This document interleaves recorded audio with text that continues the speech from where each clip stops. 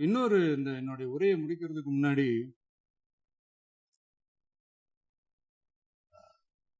போயிட்டாங்க, பேசலாமா? உங்க கருத்துக்களை நீங்க முழுமையாக மன நிறைவோடு பேசலாம். டிவில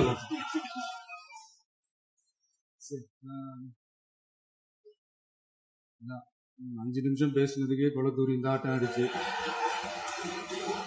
பேசுனா அப்புறம் என்ன பண்றது? கடைசியா நான் இந்த உரையை முடிக்கிறதுக்கு முன்னாடி ஒரு முக்கியமான ஒரு விஷயம் பத்தி சொல்லணும். ஆளுநர் உரை அன்னைக்கு இந்த தமிழ் தாய் வாழ்த்துக்கு அப்புறம் தேசிய கீதம் பாடினது தப்பு, தேசிய கீதம் 2 முறை பாடினது தப்பு,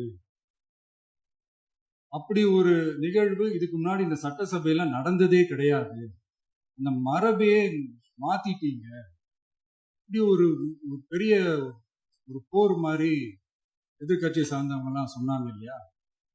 அந்த மாநில உரிமை போராளிகளை, அந்த மரபு காக்கிற உரிமை போராளிகளை ஒரே ஒரு கேள்விதான் கேட்கணும். 2021 ஆகஸ்ட் 2 ஞாபகம் இருக்கா?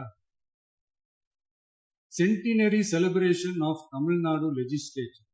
அந்த ஃபங்க்ஷன்ல நம்ம முன்னாள் முதலமைச்சர் கருணாநிதி அவர்களோட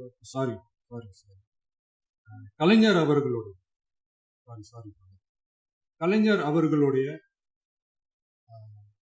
புகைப்படத்தை மாண்புமிகு குடியரசுத் தலைவர் திறந்து வைக்கிற ஒரு ஃபங்க்ஷன்.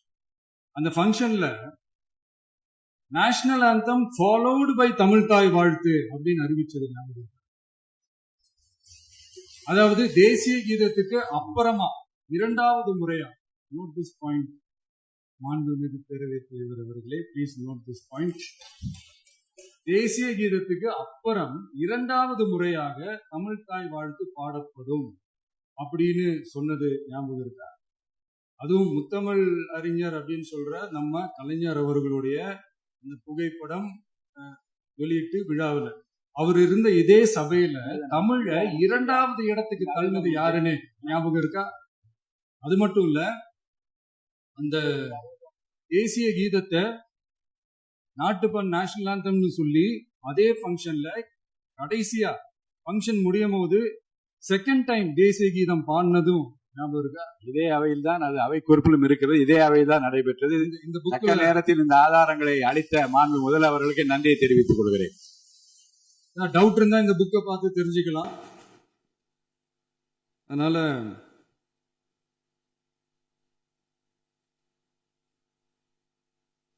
இதெல்லாம் கேட்டா என்ன சொல்லுவாங்கன்னா, அது ஜனாதிபதி கலந்துகிட்ட ஃபங்க்ஷன், அதெல்லாம் அப்படிதான், அதெல்லாம் கண்டுக்க கூடாது அப்படின்னு சொல்லுவாங்க.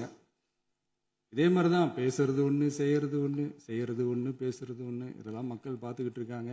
எலெக்ஷனுக்கு முன்னாடி தான் அப்படி செஞ்சுக்கிட்டு இருந்தாங்க, இப்போ எலெக்ஷனுக்கு அப்புறம் அதே தான் செய்யறாங்க. இந்த விஜயையும் சாமானியர்களின் உண்மையான சமூக நீதி அரசையும் அவமானப்படுத்துறதுக்கு தான் அவங்களோட அந்த பொலிட்டிக்கல் சீனியாரிட்டி அது பயன்படுத்துது போல. சரி, செய்யட்டும், நல்லா செய்யட்டும்.